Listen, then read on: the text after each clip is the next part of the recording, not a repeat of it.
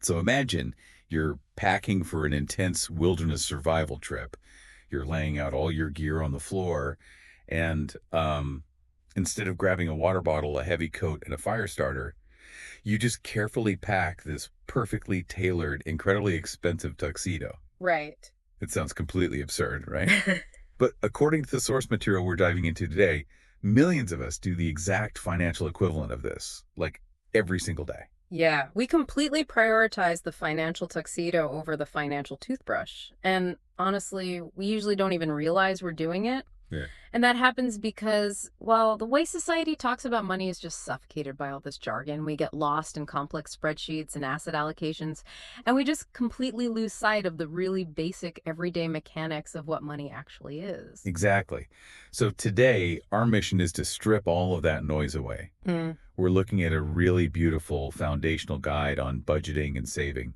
And it was actually originally designed as an accessible dialogue for people learning the English language.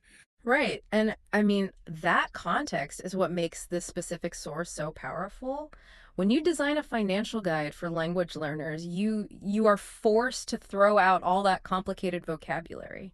You really have to. You have to rely on clear, accessible words. You are forced to return to the absolute foundations, concepts like spend, save, budget, cost, price, need, want, and goal. Okay, let's unpack this. Mm, Because, before you can manage what you have to really define what you are trading it for. exactly. And our source draws a hard, undeniable line between two categories, which are needs and wants.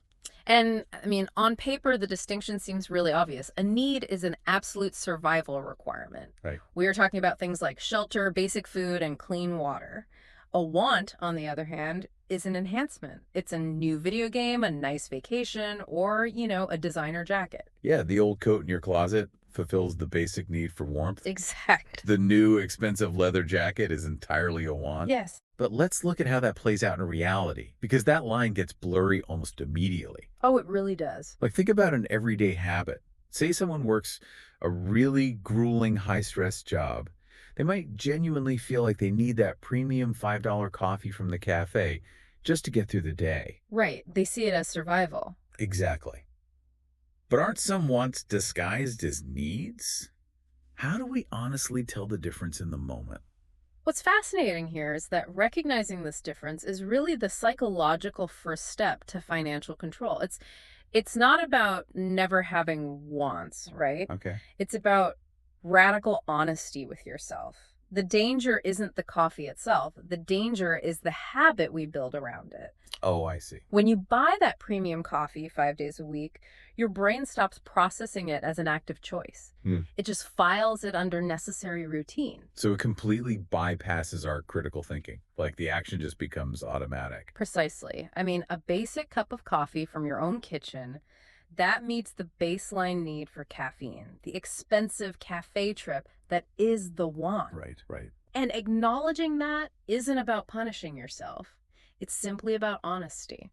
When you correctly label that cafe trip as a want, you pull that purchase out of your automatic habit loop and put it back into the realm of conscious choice. You are shifting it from just an assumption to an actual decision. Exactly. Separating the two gives you clarity. But I mean, there is a massive flaw in just mentally labeling your needs and wants, right? Sure. Because human memory is just notoriously optimistic. Oh, yeah. If you just try to mentally remember every coffee, every snack, and every small purchase you make, you will lose track by Tuesday. Absolutely. You have to externalize it. You need a system. Which brings us to a word that genuinely scares a lot of people, and that word is budget. Yes, people hate that word. They treat it like a prison warden. They assume a budget exists to lock them up, boss them around, and tell them what they can't do. Right. But our source asks us to completely deconstruct that intimidating idea. You don't need a fancy computer program for this. A simple notebook and a pen will do.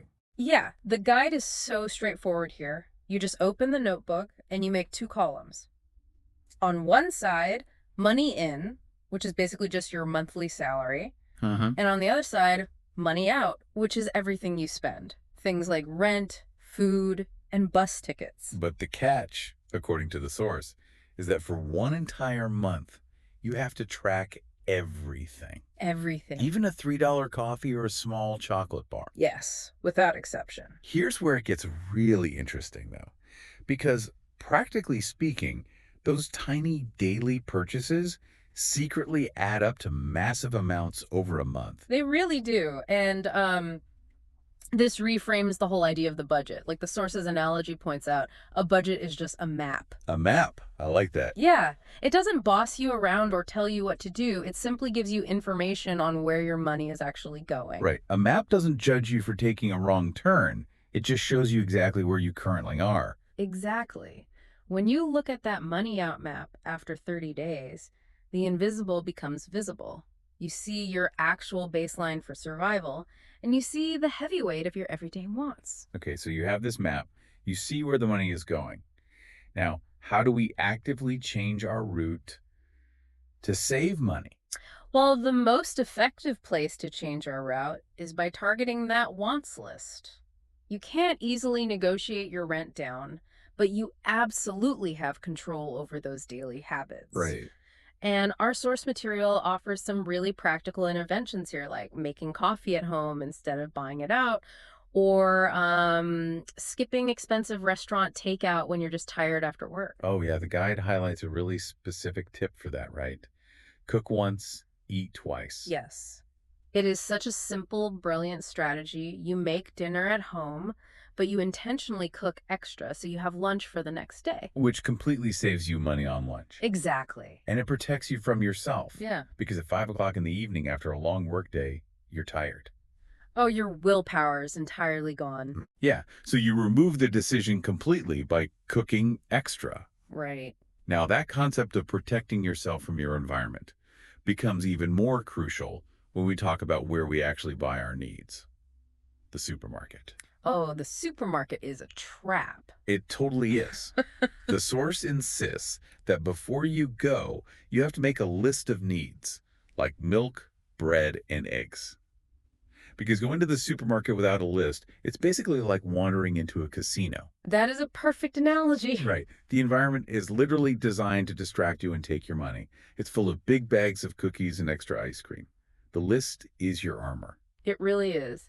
If we connect this to the bigger picture, making these small, smart choices daily is about regaining control of your environment. Yeah. You are shifting away from being a passive consumer who just buys whatever shiny thing is in front of them. You're taking your power back. But, cutting back on those wants can feel really restrictive. It can, yeah. It takes energy to walk past the cookies and eat the leftovers. So how do we maintain the motivation to keep making those smart choices? Well, restriction without a purpose just feels like punishment. You need a destination. A destination. Yeah, and our guide introduces this crucial element, which is the save and goal. Right. They use the specific example of saving up for a new bicycle. But it could be a vacation or a new phone. And that goal isn't just an object. It's psychological. Exactly. It changes the framing of your daily decisions. Let's go back to that cafe. You're looking at a very expensive piece of cake. If you don't have a specific goal, walking away from that cake feels like you are losing something. Right, you feel deprived. But if you have that bicycle in your mind, the entire calculation flips. So what does this all mean? It means you aren't losing a piece of cake. You are buying a piece of your bicycle. Wow, yes. Putting a picture of the bicycle on the wall completely transforms the feeling of skipping that expensive cake. Exactly. Saving isn't about losing something now. It's about gaining something better later. It turns a negative restriction into a positive feeling of building a dream. But the guide also talks about the physical logistics of saving. Right. Right.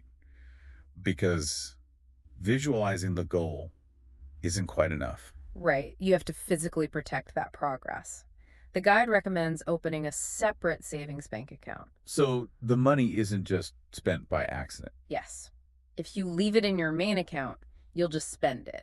Moving it adds a layer of safety. And then there's the piggy bank or the bicycle jar method, which I love. Oh, it's so great. You just put your daily leftover coins and change it to a physical jar. Yeah, it seems so insignificant on a daily basis. Dropping 50 cents into a jar feels like nothing. Right. You don't even miss it. Exactly. But after a few months, You empty the jar, and it actually turns into this pile of treasure. It happens completely in the background of your life. It's basically frictionless saving. It really is. We have covered so much ground today. Just to briefly recap this actionable journey, it starts with defining your needs versus your wants. Right. Then, you map it all out with a simple notebook budget to track your money in and money out. From there, you start making smart daily choices. You cook once, to eat twice, and use a shopping list to survive the supermarket casino. Exactly. And finally, you set a visual saving goal, like the bicycle, and use a jar to bet up to it. This raises an important question, though, and it's something for you to mull over today. Oh, let's hear it.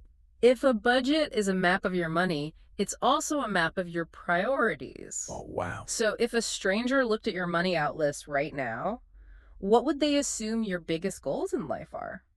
That's a tough question. It is. Does your spending actually match the person you want to be? That really strips away all the excuses, doesn't it?